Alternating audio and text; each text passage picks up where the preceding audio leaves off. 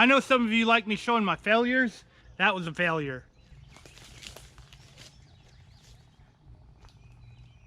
Looks like plenty of clearance here.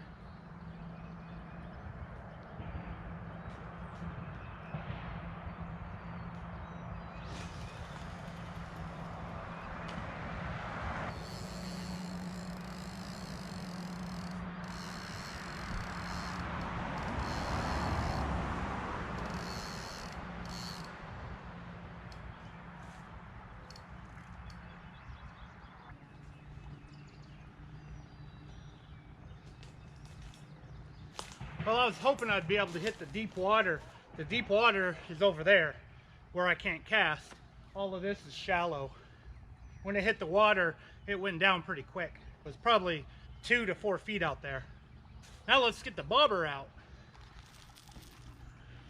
Big old creek chub.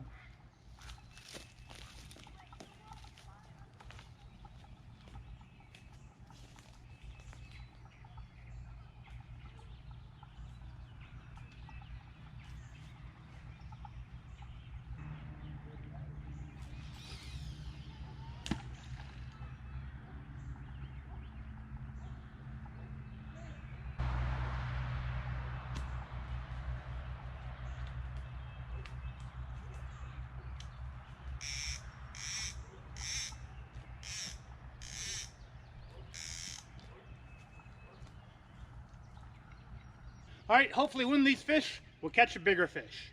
I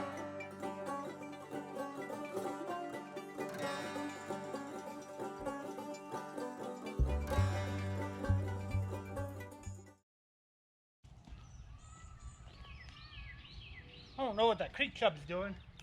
It's moved to this buoy.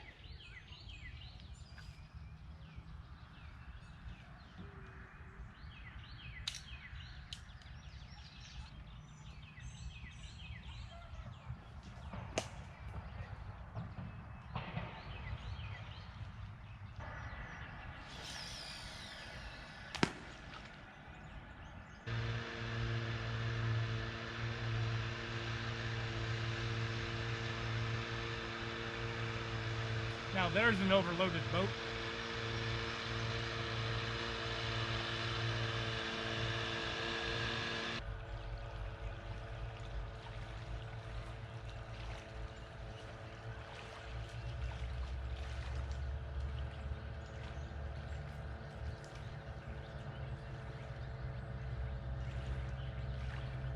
One of the bad things of having a really lively bait is the line gets all twisted around the end of the bobber.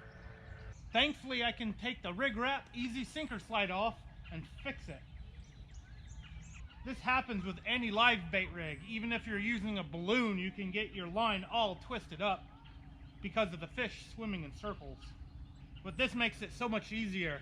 I just took it off and it fixed itself.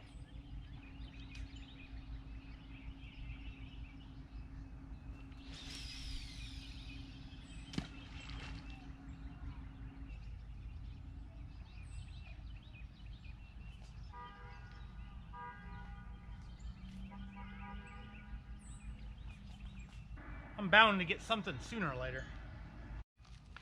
Uh-oh.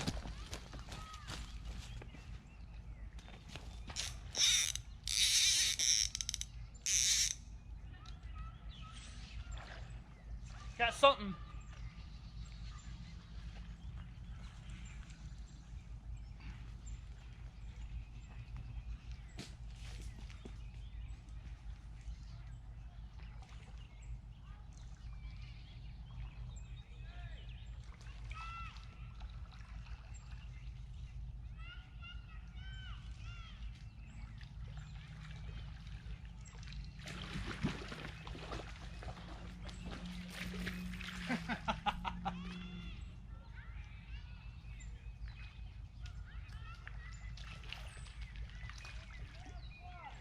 And as I almost catch every time here on a bobber, it's a channel catfish. A nice one.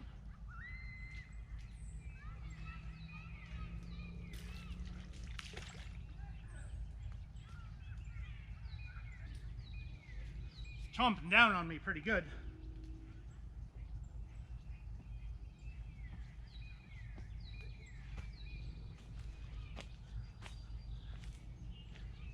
This creek always has some pretty good channel cats in it. I finally caught a fish on live bait, and it's a channel cat. A nice one. Now I'm going to put this guy back in the water. I am down to one bait now. Well, I didn't want to release you like that.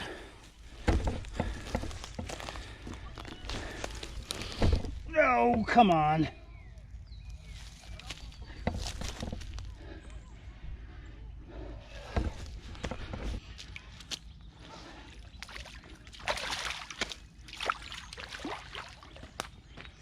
There he goes. That was a nice channel catfish caught on a creek chub. I caught it on the Muddy River catfishing bobber. And this is an 8/0 Team Catfish double action circle hook. I've converted to using these hooks on my little live bait rig I got here. I think this is 50-pound monofilament, an extra long leader for the fish to swim around in, a whisker seeker rattle, and some beads to protect the knots and make it a little bit more flashy. And I got another leader up here, which is tied to the 50-pound braid. It makes a big enough knot that it can be used as a bobber stop with a bead. And I have a giant 1/0 swivel on here. I traded my Citrix for a cold water, and I'm almost thinking that was a bad idea because I can't get as much distance on the cold water as I could on the Citrix. I think I'm going to leave this cold water on here and make a new live bait rig, rod and reel. And I'll talk about that whenever I put that together in the future. Now let's see if the bluegill will catch anything. I'm going to stay out here after dark because I got my GoPro light and the GoPro, and they're both waterproof.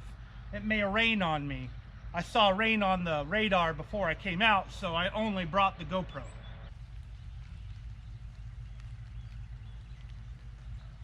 Here comes the rain.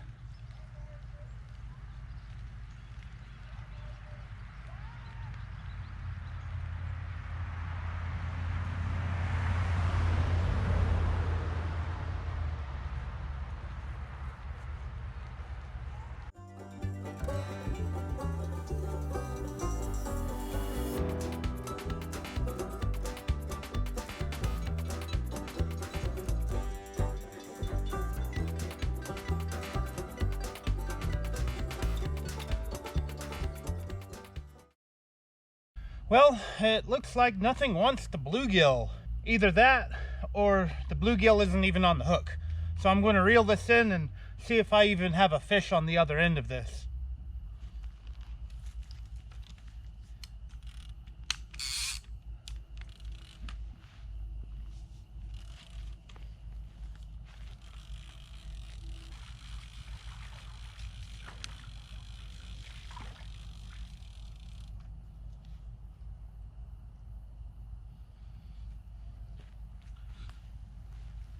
Yeah, I do have the bluegill. I think I'm going to call it tonight, though. I'm happy that I've accomplished two things tonight. I finally caught a fish on live bait, and I caught the first fish on my new Whisker Seeker full metal jacket rod. It's the rod with the metal reel seat and the one-piece stainless steel eyes. Some of the upgrades they did to that fishing rod that were really needed badly. It did sprinkle a little bit earlier, but the big rain is probably about 15 minutes out. I may actually get rained on as I take all of my stuff back to the car. Overall, this was a good, quick fishing trip, although I probably won't do this spot again unless I bring a machete or something. And a chainsaw. It would be nice to clear out some of these limbs and trees out of the way and get access to that deeper water over there. But it'd be much easier just to take my boat or even a kayak over there. And I'd like to thank you guys for taking your time out of your day to watch my video. It means a lot to me. And if you would, hit that thumbs up and show that you liked the video too. Maybe next time I'll catch a flathead catfish on a live bait instead of a channel catfish. Now to make it back to my car, and hopefully I won't run into any furry animals.